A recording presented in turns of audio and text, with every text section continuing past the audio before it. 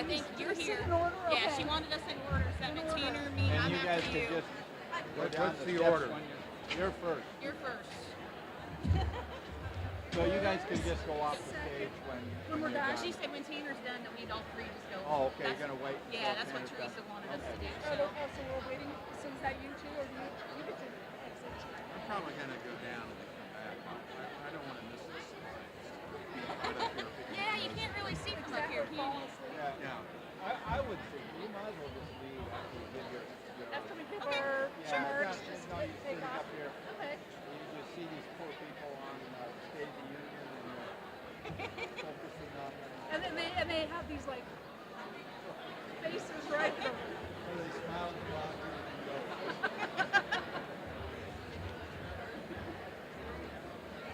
It's not like we can see anything anyway with that light up there. It's like.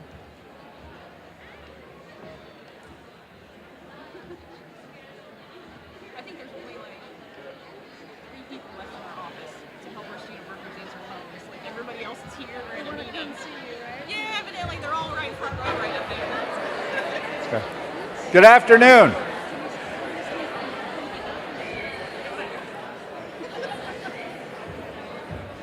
Good afternoon. It's great to see you all here today for, I told everybody yesterday this is not the penultimate fall address, this is the ultimate fall address. So thank you for being here. Teresa tells me she thinks it'll be shorter this year than previous years, so that's always good. One thing for sure is you won't have to look at nearly as many spreadsheets as you might have in the past. To get started, as is the normal procedure, we have comments from the various governance units, and starting off with Dave Campbell, the Chair of the Board of Trustees.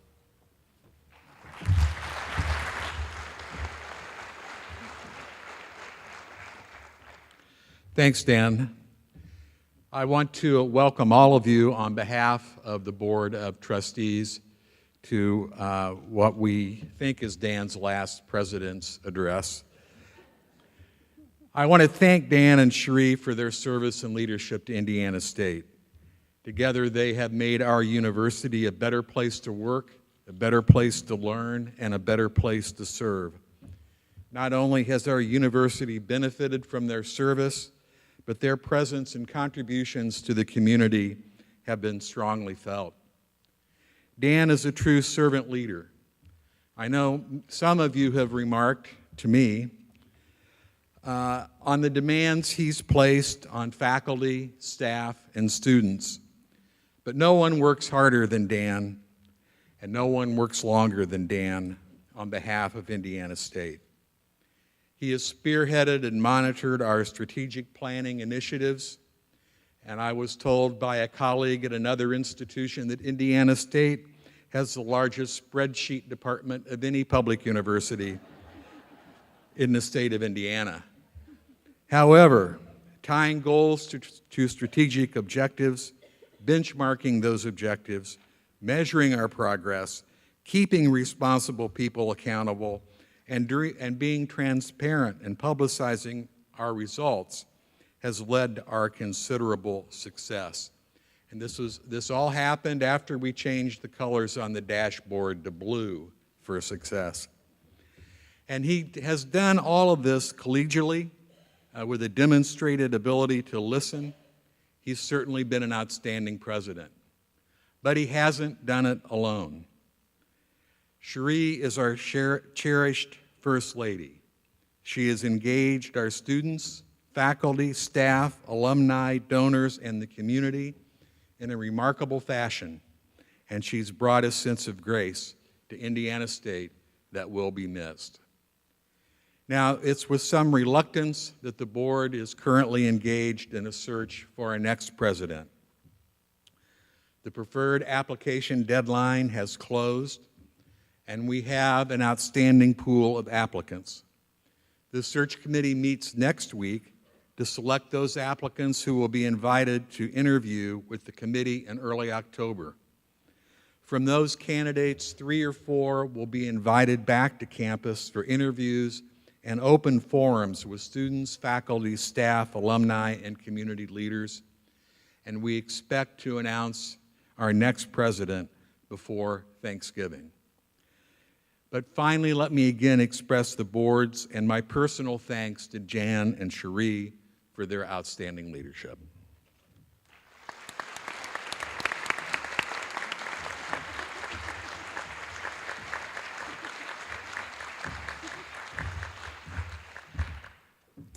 Good afternoon. Yesterday, I was talking with President Bradley about this event, and I was assured that there would be good snacks at the conclusion. And for a few moments, I was really looking forward to that. Then I remembered, I have class at 3:30 today. So not only will I miss the snacks, but I may miss the tail end of President Bradley's address. Although it is disappointing to miss snacks and conversation with colleagues, and possibly part of President Bradley's final address to the campus, these are not the primary reasons that we work at Indiana State. Our primary mission is the education of students.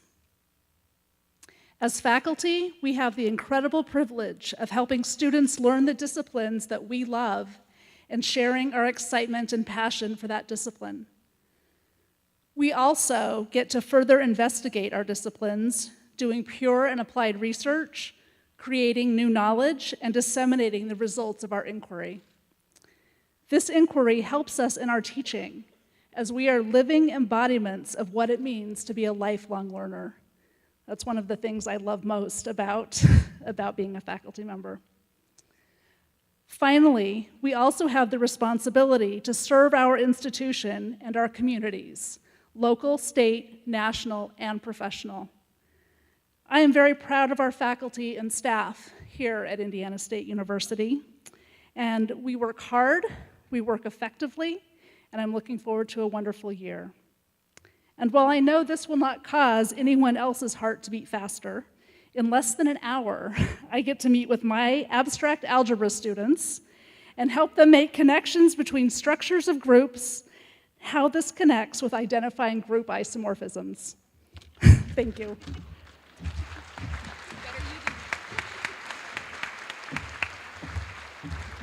Hello, everyone. Good afternoon.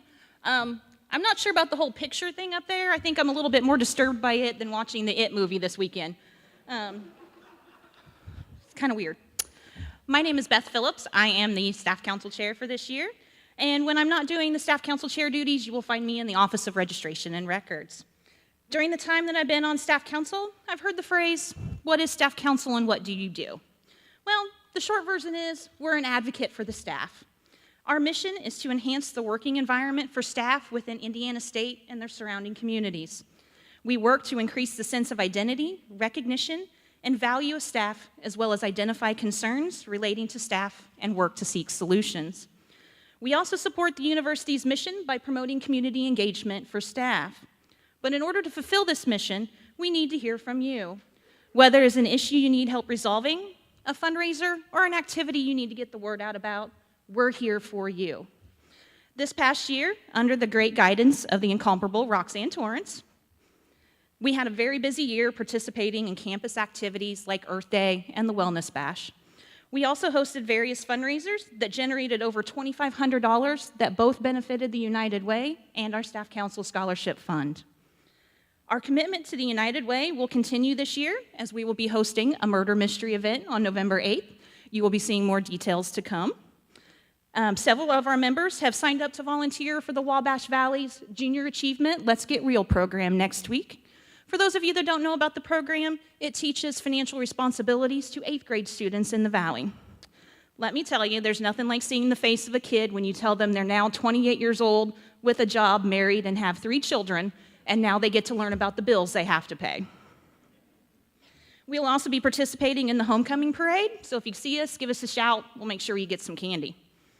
Our annual harvest party for faculty, staff, and families will be October 24th from 6 to 8 p.m. in DDs 1, 2, and 3.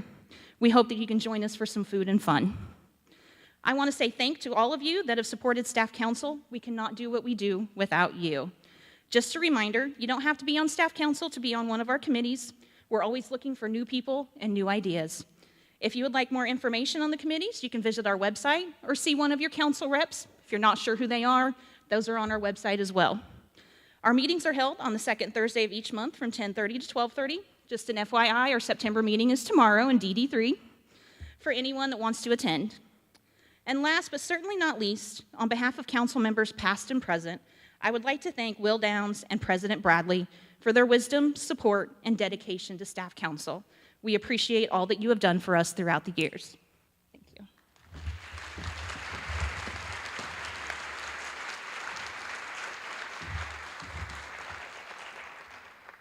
All right, so thank you to President Bradley and his team for inviting us to participate today in the fall address. This is really kind of special. So I got to know President Bradley and First Lady Cherie this summer a little bit more on the President's Scholar Trip, and I can really attest to just how kind and special people that they are. And what they've done for the university over these past 4 years is truly breathtaking. So during my 1-year stint as president, I'm not sure how you made it through all those other years. I'm like not even 1/4 of the way through mine, and I am, whew. But I'm selfishly kind of hoping that this is like a concert when you know the person's leaving off stage, but if you chant encore loud enough, they come back out. So maybe that'll be my next mission.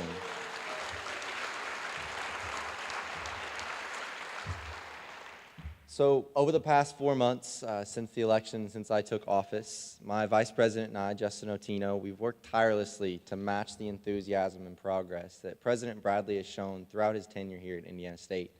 We campaigned on improving 3 aspects of student life, and those are the 3 things we're focusing on: better game days, better diversity, and better parking. We measure our progress in those 3 categories as our administration's GDP. So throughout the year, you might hear us refer to that. These are the 3 things we feel are most important to students today. So through close communication and partnership with the Athletics Office, the Office of Communications and Marketing, and several other culture leaders and offices on campus, we have seen the highest attendance in a home opener in 5 years at the recent ISU versus Eastern Illinois matchup. So we had 1,257 students in attendance, and if you saw the student section, it was pretty cool. I've been coming to ISU football games for about 6 years. Which is relatively not that long, but in those 6 years, that's the most students I've seen in that student section. So huge kudos to the athletics department for putting on a really special event. So better game days. Our Director of Inclusive Excellence has worked tirelessly with Dr. Leah Reynolds in the Equal Opportunity and Title IX office to plan exciting new programs for students. These programs will tackle some of the most divisive issues on college campuses and some of the issues facing our students today. Through these efforts, we will start better conversations and foster greater understanding amongst our students about the power and the ambiguity of diversity on our campus, showing students that you don't have to see eye to walk hand in hand, as said by Pastor Rick Warren at the 2008 convention of the Muslim Public Affairs Council. We believe this will help students understand that embracing diversity doesn't mean compromising your values, and that policy and people are not the same thing. Better diversity. Recently, Indiana State published a parking study tapping into the intellectual resources from our brightest students and faculty here on campus. We hired one of the contributors of the study, Unmanned Systems student Grant Hostica, to come in and tackle parking from a logical and data-driven approach. His work will help better communicate to students the actual parking environment on campus rather than what they see on Twitter. By the end of his project, students will start to realize shorter wait times and overall shorter park-to-class cycle times than they ever have before, simply by communicating better information to them. Better parking. All of this could not have been accomplished without the time and support of all of student government, from the executive directors to the 55th legislative session of the Senate. We promise to continue the same level of dedication throughout the year with the support of the largest student body in Indiana State University's history. The sky is the limit. Finally, I would like to call for another round of applause for President Bradley. Even in the much too short 3.5 years I've been here, his tireless dedication to the university has brought unprecedented prosperity and progress to our beloved institution. Your legacy will be felt by Sycamores for years to come. So thank you, President Bradley.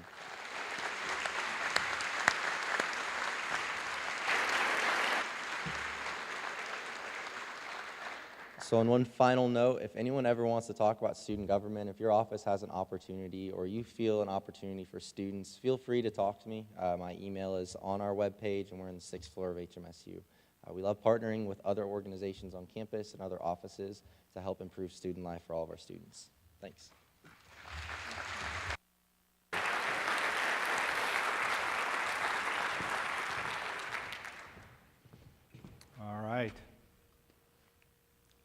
Just one of the things that's happened in the last few months is a lot of changeover in some senior leadership positions on campus. And I'd like to point out a couple of these in particular.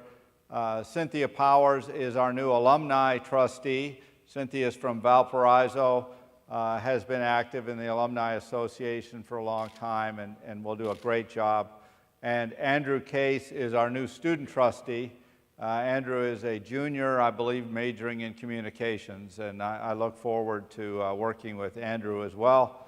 We also have a whole slew of new deans, with Chris Olson stepping up as Dean of the College of Arts and Sciences after a very long and successful time as Chair of History. And then Dr. Caroline Mallory as Dean of the College of Health and Human Services. Caroline comes to us from Illinois. Dr. Janet Buckenmeyer, Dean of the College of Education from Armstrong State in Georgia. And then Dr. Kara Harris has agreed to be our interim dean of the College of Technology for the next year as a search for a full-time dean or a permanent dean is launched. I'd also like to point out Tom Recker, who is our new Associate VP for Development. Tom will be heading up our development efforts through the foundation, and I'm happy to have Tom here. He is a longtime Hoosier, but we recruited him from the University of Maryland. You can look at these other faces. Some of them are brand new, and some of them are on different jobs, but they're all going to be very important to our success. So I ask that you reach out and offer them help, because I guarantee you everybody in a new position like this needs support and help. This is a funny slide about a not funny issue. As many of you know, we've had some fishing expeditions mounted against us in the last few months. It's incredibly important that we all be careful when we're on the web and when we're looking at email, because the data that these folks are looking for can cause you personally a lot of anguish, maybe money, and they can do the same thing for the institution. So be very careful. If it looks suspicious, it probably is, and nobody, not your bank, not your credit card companies, not your university, is going to ask you to do anything foolish. So if somebody's asking you to do something foolish, you can bet it's not real. One of our pillars in our strategic plan is inclusive excellence. As a result of that, we created a new university-wide award for inclusive excellence, and Dr. Leah Reynolds and Polina Kanuka are now going to announce this year's winners. So Leah and Polina, come up.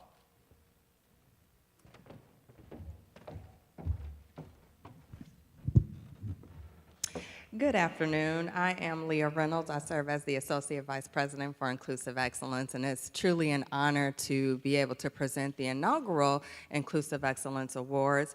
The President's Council on Inclusive Excellence, in collaboration with the Office of the President, established this annual award in order to recognize the importance of equity and inclusion on our campus and to encourage the advancement across the board for all of our campus community to make sure that we continue to work hard and push our efforts to make sure our campus remains inclusive to all.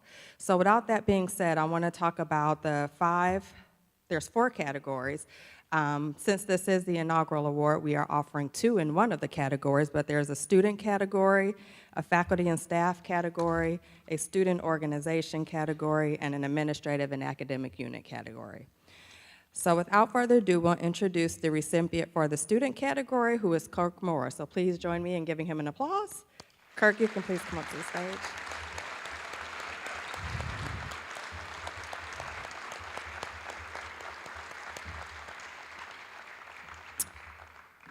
Kirk is a graduate student majoring in criminology and criminal justice.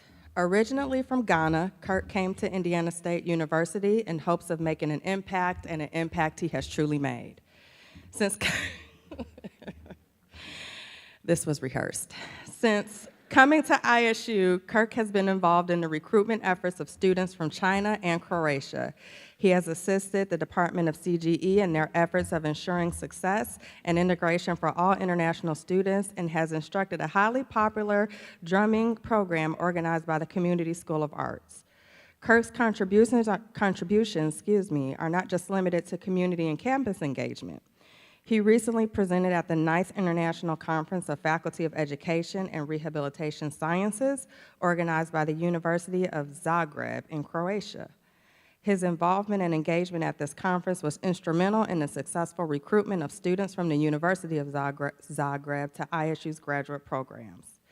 Kirk was also instrumental in establishing the International Student Leadership Council for ISU. Kirk's dedication, passion, and leadership on campus in regards to inclusive excellence has truly made him stand out above his peers. He is very much deserving of this award, so again, if you could help me congratulate Kirk.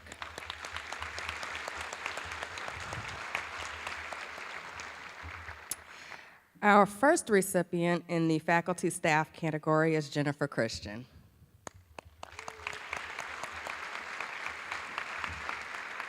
Jennifer is currently the AmeriCorps Program Coordinator and Alternative Breaks Coordinator for the Center for Community Engagement. During the summer of 2016, our nation became fully aware, thanks to camera phones and the such, of unquestionable activities that were taking place involving public officials, civic duty departments, and marginalized populations. Instead of shutting a blind eye, Jennifer Christian took action. She co-chaired a committee that launched the IS Unity program. With the support of Multicultural Services and Program, Public Safety, African American Cultural Center, and community members, IS Unity became the foundation of successful poster campaigns, panel discussions, and the awareness walk. In addition to this highly successful program, Jennifer has also championed recognition of the contributions of veterans. She has been a key leader in the Veterans Day programming on campus for several years, most notable the Service Honor Roll that honors Indiana service members who have lost their lives in service to this nation.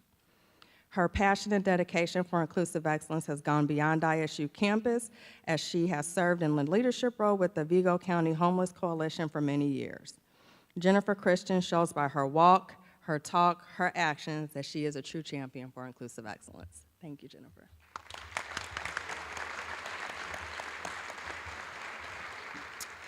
Our next recipient in the faculty and staff category is Erin Slocum.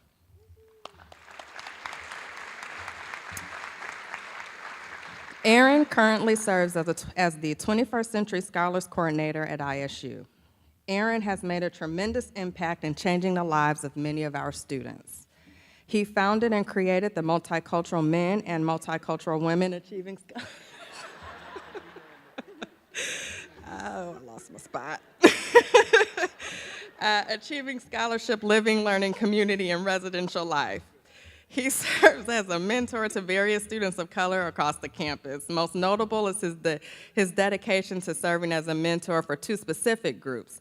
The first, Sycamores Program, which is designed to assist first-generation college students, and the Mentor and Assistant Program, also known as MAPS, which is housed out of the Charles E. Brown African American Cultural Center. What makes Erin Slocum unique and most deserving of this award is his strong reputation and passion for students, staff, and faculty of color on this campus. Erin has been instrumental in creating an inclusive excellence environment for African American students, faculty, and staff for quite some time. His role with the Black Faculty and Staff Caucus, the Brotherhood of Successful Scholars, and the community work he does in Terrell to aid less fortunate families during the holiday season makes him shine above the rest, and we clearly saw it with his Kool-Aid smile. So congratulations, Erin.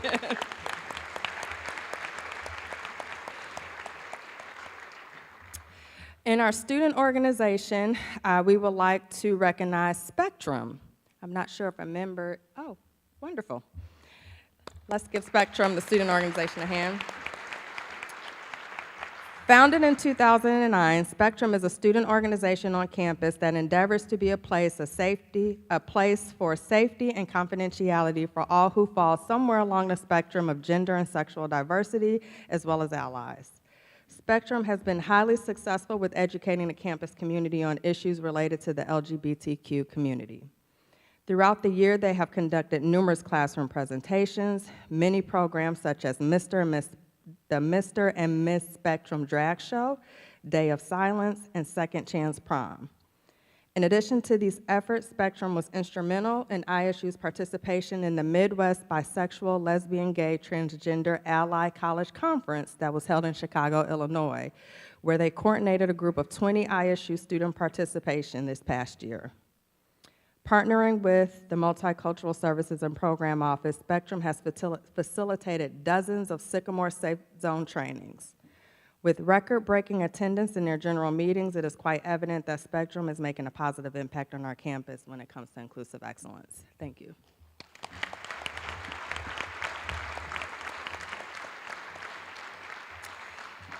Last but not least, in the administrative and academic unit category, we would like to recognize Bi College of Education.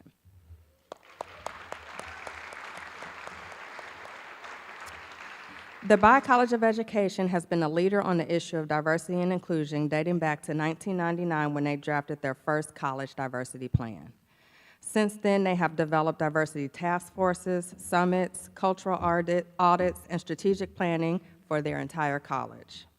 In 2016, Bi College of Education opened a dual-purpose quiet room in response to Muslim students' need for prayer space and lactating mothers who had a need to pump and breastfeed their infants. Recently, they sought assistance from a consultant who assisted them in infusing inclusive excellence into their classes by auditing syllabi and making recommendations for inclusive pedagogy. Above all these efforts, what makes Bi College of Education lead the way in this realm is their consistent, noticeable, and respectable diverse student population in both their master's and doctoral programs. Again, if you can help me congratulate not only Bi College of Education, but all of our recipients for this year's inaugural Inclusive Excellence Award.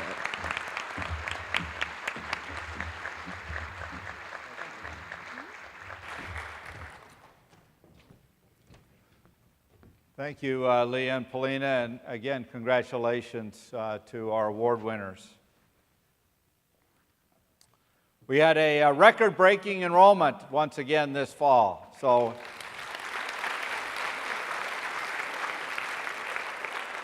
that takes a huge amount of effort from a lot of people, so I'd really like to congratulate everyone that was involved, which pretty much is everybody, so thank you. I would like to particularly point out that once one has a downturn in enrollment or even a leveling in enrollment, it's often very difficult to turn that around. And so the fact that we were able to increase our freshman numbers by almost 10% this fall after the downturn last year is even extra special. So again, congratulations to everyone and good success. And what I'm hearing is that the numbers are looking pretty good for next fall already, although, as they say, it's a long time till August, right? We also had some really good news on some really important student metrics.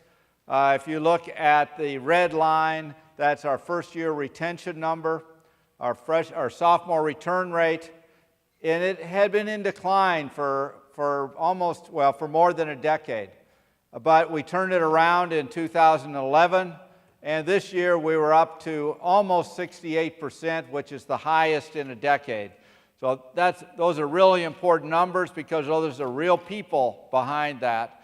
You're talking 25 or more students for every percentage increase. So thank you for everyone who works with our freshmen to help us make this big success. The blue line is what we're all looking for, and that is an on-time successful graduation. Four-year graduation had been hovering between 19 and 21% for basically forever. Beginning about 4 years ago, again, we turned that around, and this last year, 28.7% of our freshmen who started 4 years ago had graduated. Enormous success from that. So please, again, thank you to everyone for helping us move these numbers. Incredible important. Applause.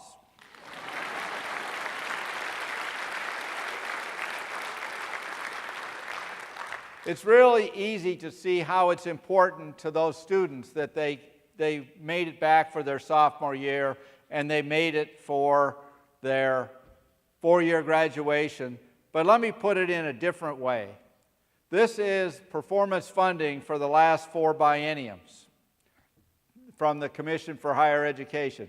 If you look at the 13 to 15 biennium, we lost $3.9 million in performance funding.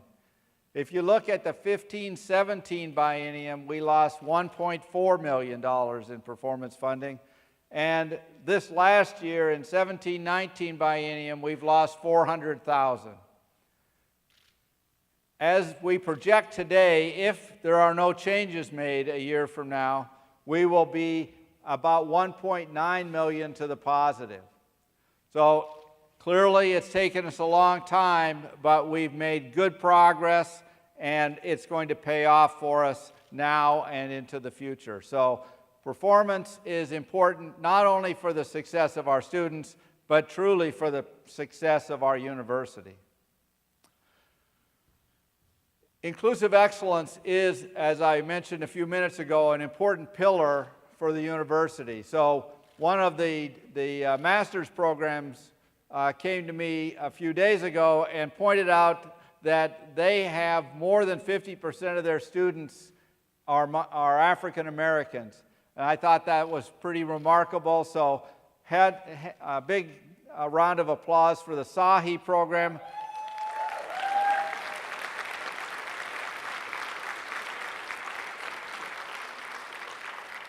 Mary Howard Hamilton and Candace Hinton and Amy French should be very proud of the success of their students, both in terms of who they recruit to the program and the fact that all of these students are going to graduate next May. So again, congratulations to everybody in SAHI.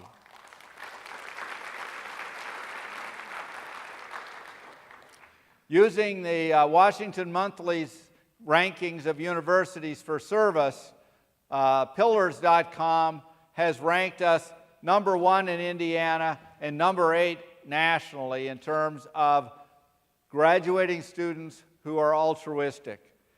I think that's really important, and it's a big part of what we do. We want our students to be members of the communities that they live in, members of our political structure in the country, and really reach out and be part of the communities that they're part of. So again, congratulations to the Center for Community Engagement, but to everyone who's involved in helping our students be engaged.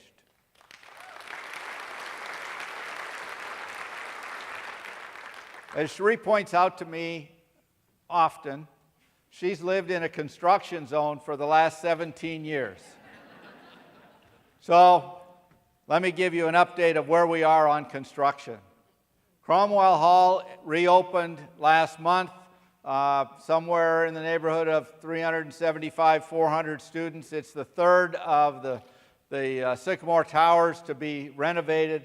If you were ever in the towers before the renovation, you should go and have a look around. It's an incredible job. As I've said before, it's amazing what $20 million will do for a building. We're now in the process of renovating Rhodes Hall. Rhodes is the one on the right. You can see a huge difference between Mills that's on the left and Rhodes. The amount of glass, the cleanliness of the masonry.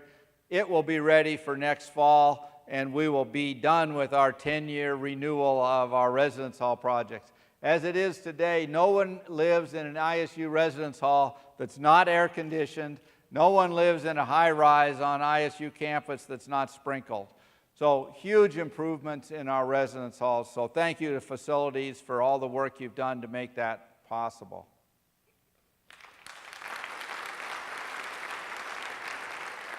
One of the things that we decided as a campus a few years ago is we were never going to get enough money from the legislature to keep all of our buildings in the positions in the state that we wanted them in. So we decided that the science building was too important to not do something about. And if you have not been in science in the last year, or even if you have, you really need to go into science, go up to the second floor or the third floor and look around.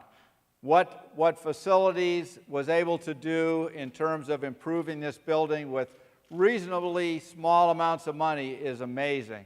It really made a difference with the building, and I'm sure that everybody who is in that building on a regular basis is extremely happy with what's been done and excited about it.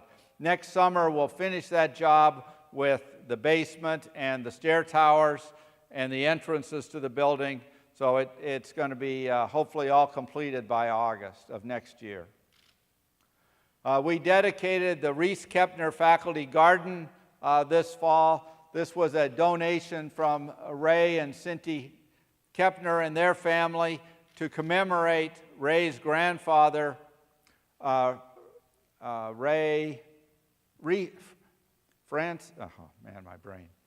Raymond Reese, too many names.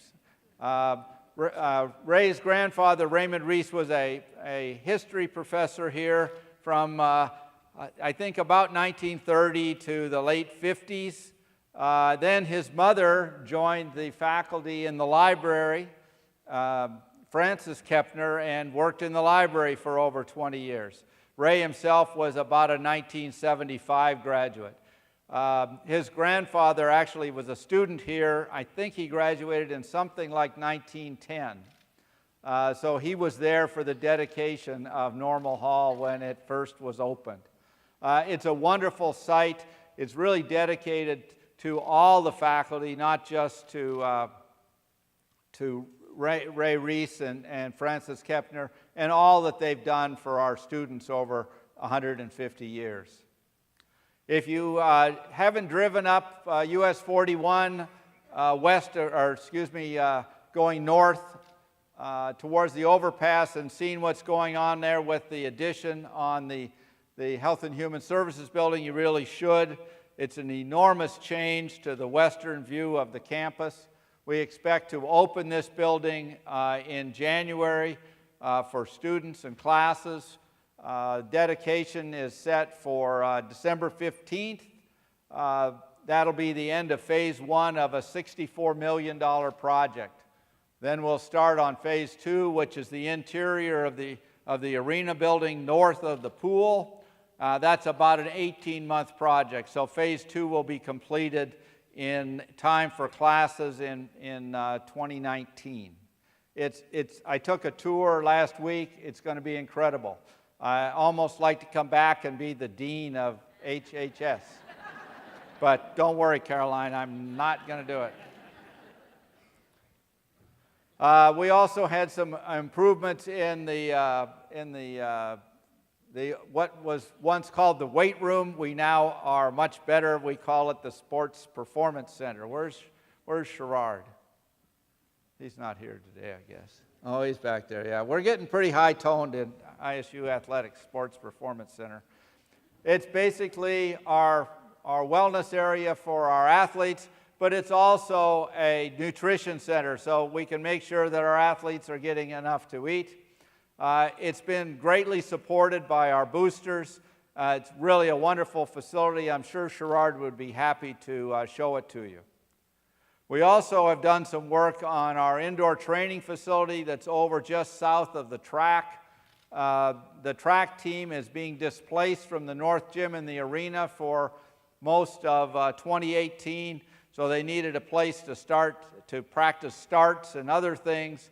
They also have set up a little display area to commemorate the successes of the track team in the past and the coaches that have been associated with that. I understand there's a big 9x12 picture of Jim Jensen over there. You might go over and have a look. And another physical fitness thing the faculty asked that we build a fitness trail along the walking bike trail that goes from 4th Street under the overpass and over towards the river. So those of you who are out and about during the day, we now have a circuit course, and you can do all your exercises.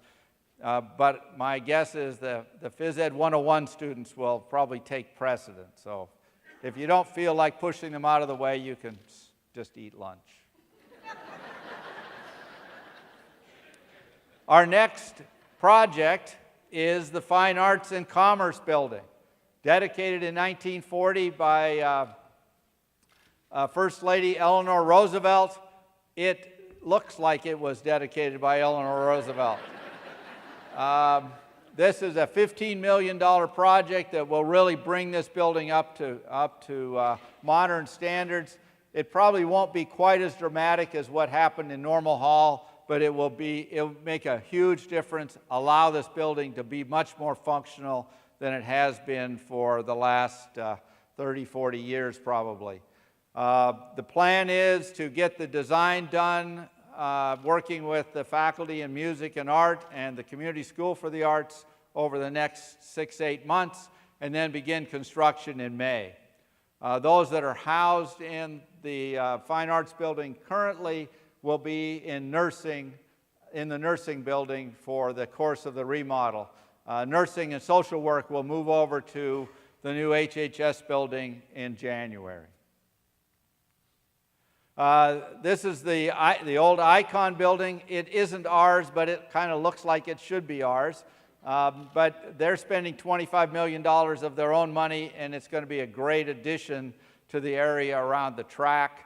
The third story apartments actually have a loft space, so there'll be kind of a 2-story thing. It's going to be a great addition to the riverfront.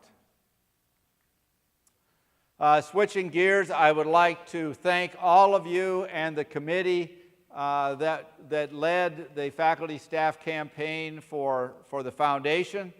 680 faculty, staff, and emeriti donated a total of $428, which is a great amount. No, $428,000. Sorry about that. These funds are incredibly important to the programs and departments and students who receive them, so thank you very much. And as you know, the next campaign will be starting up soon. There are no administrative fees taken from these donations, and you can and people do directly give to their own departments and programs. We're kicking off this year's United Way campaign today. If you haven't filled out a pledge card, you should before you leave today, because these two people and their committee will be hunting you down if you don't. So I'd like to thank Willie and Susan for leading this effort. I think what we've seen in the press in the last few weeks really tells us why United Way and local nonprofits are so important.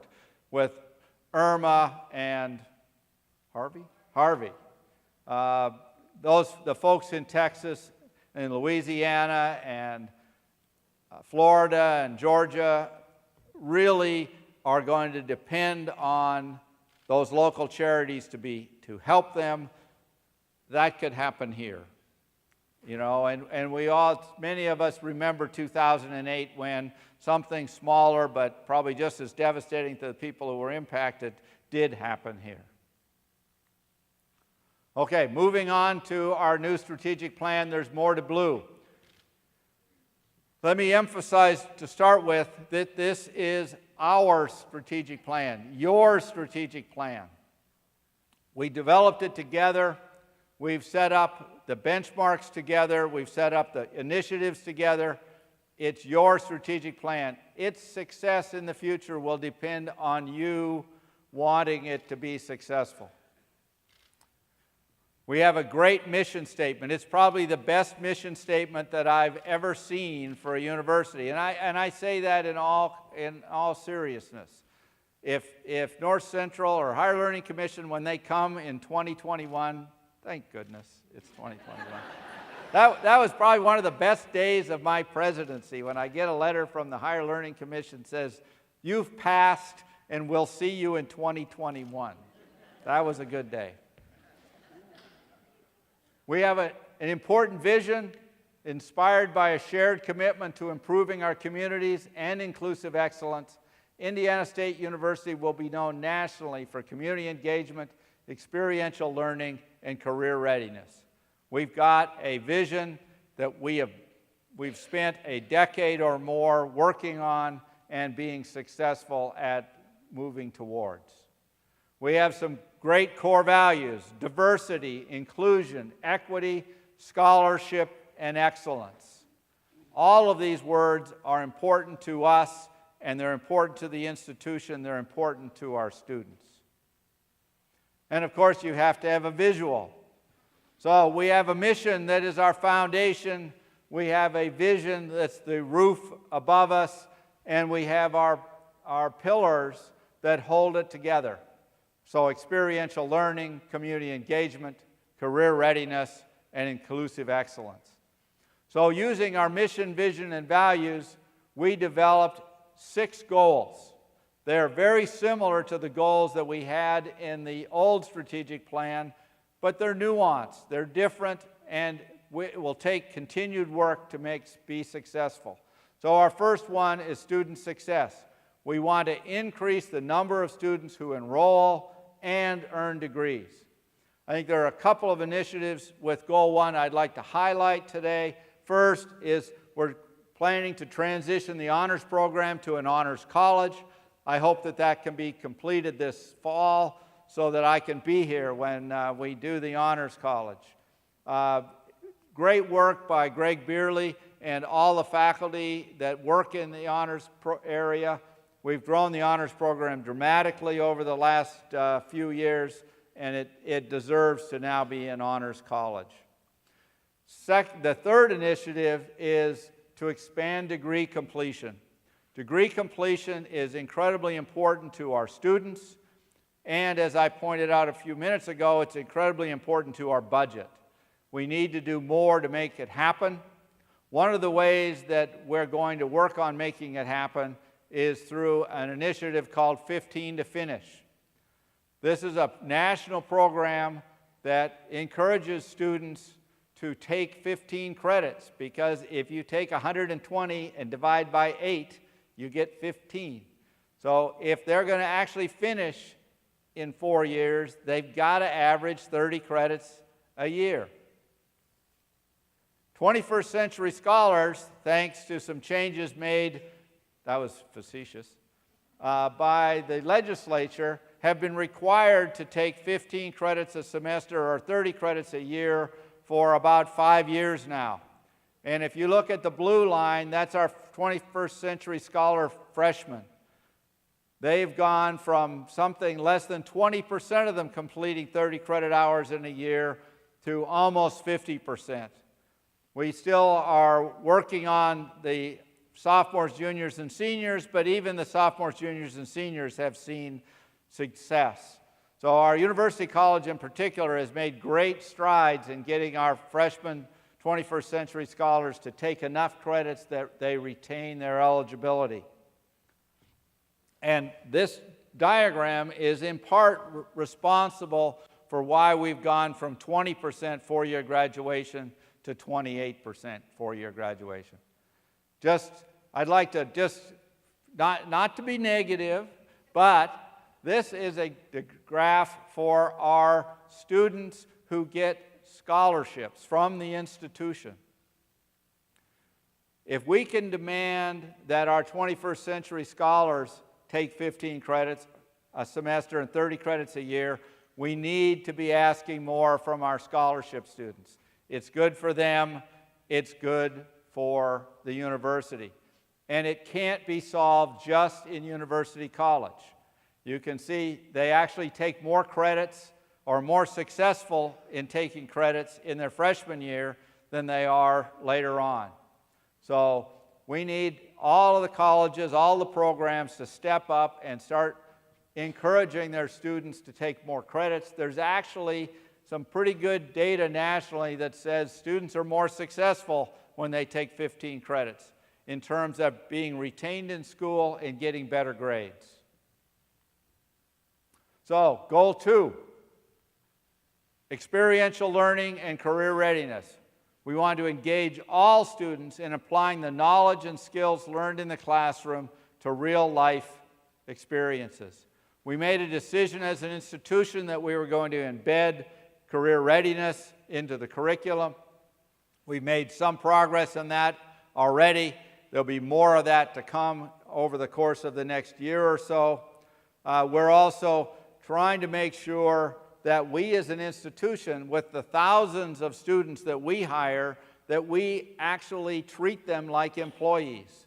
So you that hire student employees, you need to treat them as employees in the sense of dressing properly, showing up on time, actually working, taking direction, all the things that are part of career readiness that they probably don't get in a math or an English or a chemistry class, but are part of the real world. And we need to take an opportunity while they're working for us to make sure they learn some of those skills. Goal 3, community engagement and civic responsibility. We want to serve as a national model for improving the quality of life in our communities through lifelong engagement and civic action of our students, faculty, staff, and alumni. The Rives neighborhood, which is just east and north of us, is one of the lowest income neighborhoods in the entire state of Indiana, and they are our neighbors. We've made a commitment to them. I encourage everyone to be involved in the Rives Neighborhood Project and encouraging your students to do so as well. We're also trying something new this year in terms we're setting up a microloan program. You've probably all heard of microloans from an international point of view, where somebody loans $1 to some poor person somewhere in an undeveloped country and it changes their life. Well, in the United States, it probably takes $1,000, but there are similar loans that we can make to entrepreneurs and very, very micro-sized businesses that can make a big impact. And so with some help from the Small Business Administration, we're going to be setting up a microloan program and encouraging entrepreneurism in Vigo County. Goal 4. Goal 4 is probably the one that we made the least progress with in some senses last time around. I think in its new morphed formation, we're going to make lots of progress. So Goal 4 is distinctive programs and experiences. We have 8 programs/experiences that are available on campus. They truly are unique to us. We either do them better than anybody else, or we do them and hardly anybody else does them. So we are the birthplace of athletic training as an academic discipline. We currently have, I believe, the only PhD program in athletic training. So athletic training is one of our programs of distinction. You can go down this list. Each of those programs is going to be given a set of benchmarks that they help develop that they're going to need to achieve. They're also going to be given some funding to help achieve those. We all know you don't stay on top if you're not setting goals for yourself and improving all the time. I think one of the areas that initiatives on this that's worth mentioning is last year the faculty, along with the administration and the trustees, approved changes to the promotion and tenure guidelines. That's at the university level. Those now have to be brought down to the college and the program level. So that's an important thing that needs to be done this year, as well as developing benchmarks for each of our programs of distinction. You'll note on each of these slides there is a person responsible. I think those are important things, And if you look through these slides later on, I would encourage you to look at these initiatives and the names and find one or more that you'd like to be part of. So as you look at the initiatives and the benchmarks and the budgets eventually that are on the website for the strategic plan, also will be on my website, look around and find an initiative that you can contribute to. So goal 5 is resources and institutional effectiveness. We want to develop high-level jobs for students throughout the campus. This is our State Works program. As you know, this starts out with 150 freshmen and hopefully 150 seniors 4 years later. The idea is that the job gets more correlated with their degree program as they go through it. So as we started the program last year, it was pretty easy to find entry-level jobs for 150 people. We're going to need to find real jobs that offer real experiential learning for 150 people that are seniors in 2 years. So everyone needs to be thinking about how you can find a high-level job in your area that we can slot a state work student into. The other one, and this goes back to my slide on fishing, is we need to make sure our IT services are reliable, accessible, and I guess I should have added secure. We might as well go home, most of us, if our computers stop working, if the network shuts down. So it's incredibly important that we have these services, that they're functioning at a high level, that they're secure, that they're reliable. And so we're going to be measuring things related to that going forward. Goal 6 is employee success. It's our bookend to Goal 1. We want to attract and retain great employees. That means we need to help our employees expand their knowledge base to be able to do their jobs better, to do their jobs at all when their job changes, because all of our jobs change all the time. One of the things that we recently approved is setting up a pre-doctoral fellows program for historically underrepresented faculty. So hopefully next year we will have 3 instructors on short-term contracts here who are from underrepresented ethnic groups who can hopefully do a great job here. And if we are able, we will hire them. If not, we'll have given them great introductory experience so they can go out and find a job elsewhere. Also, we have an initiative underway that will help to redesign some job descriptions, expectations, qualifications, and training for administrative assistants. We need to make sure that the administrative assistants in the various, particularly in the academic areas, but probably across campus, jobs change as things change. I think in the academic area, one of the things that we need to do is find a way that our chairs and deans can be more strategic. And to do that, they need to have time. And so we're going to have to make our assistants more powerful to make that happen. I think the bottom line in a lot of what I've just said about the strategic plan is captured in this slide. This graphic is a cover from The Economist magazine of earlier this year. It basically says it all. We have to be studying and learning from the time we first put a backpack on and go to kindergarten, maybe before kindergarten, all the way through post-retirement, or we're not going to have a very successful life and we're not going to fit into what is expected to us. So we need to embrace this individually, we need to embrace it as a university, and we need to instill it into our students so when they leave here, they believe that that's what they need to do. I promised there wouldn't be a lot of spreadsheets, so this is intentionally small so that you don't try and read it. But these are the benchmarks for our 6 goals. They're on the website. I encourage you to go out and look at them. In December, I'll be reporting out to the trustees on how we've done in the first year. So right now, data crunching is happening, and we're trying to generate the numbers. Isn't that right, Nancy? So we will have the numbers in December.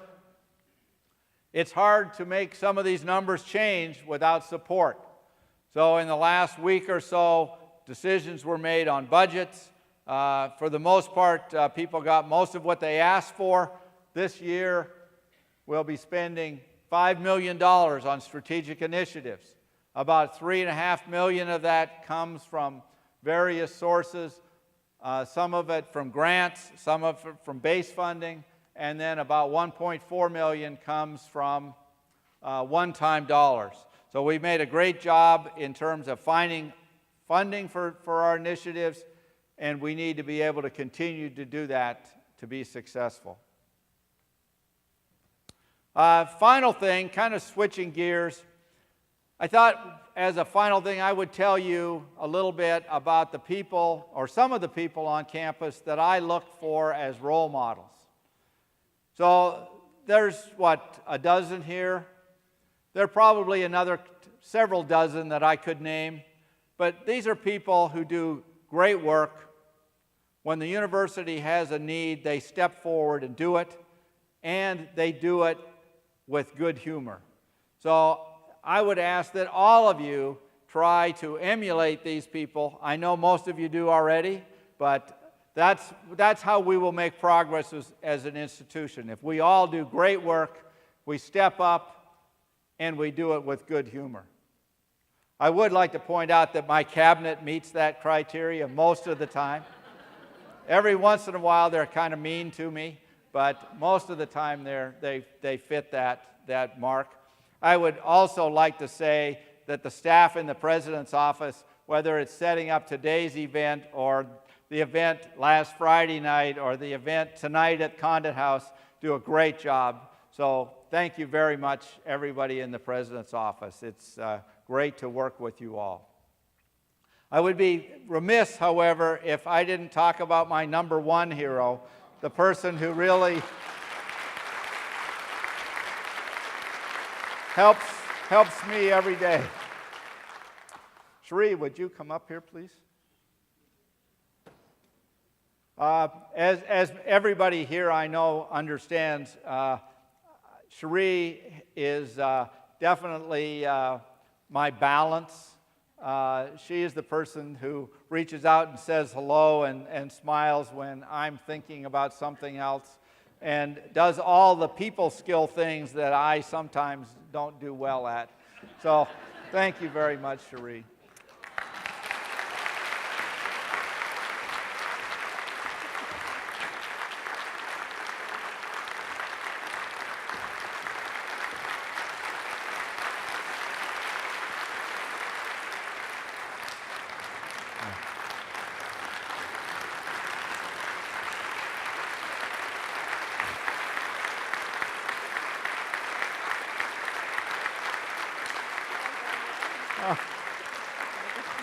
You want to say anything?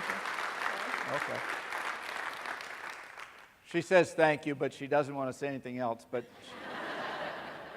we would just like to thank you for all your support over the last nine plus years. I figured out just before I went on stage that this is my 10th fall address. So thank you for all of your support, all of your hard work. The university is in great hands with all of you. And so we now have a final slide. Play the video. That was the cue.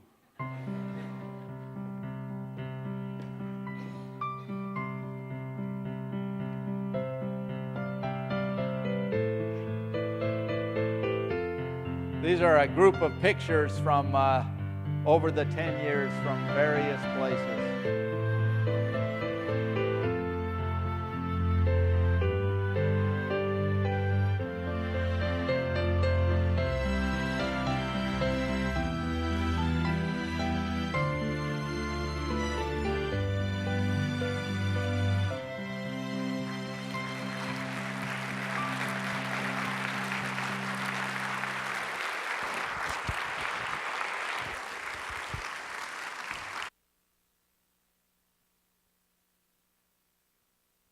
we have a reception starting right now.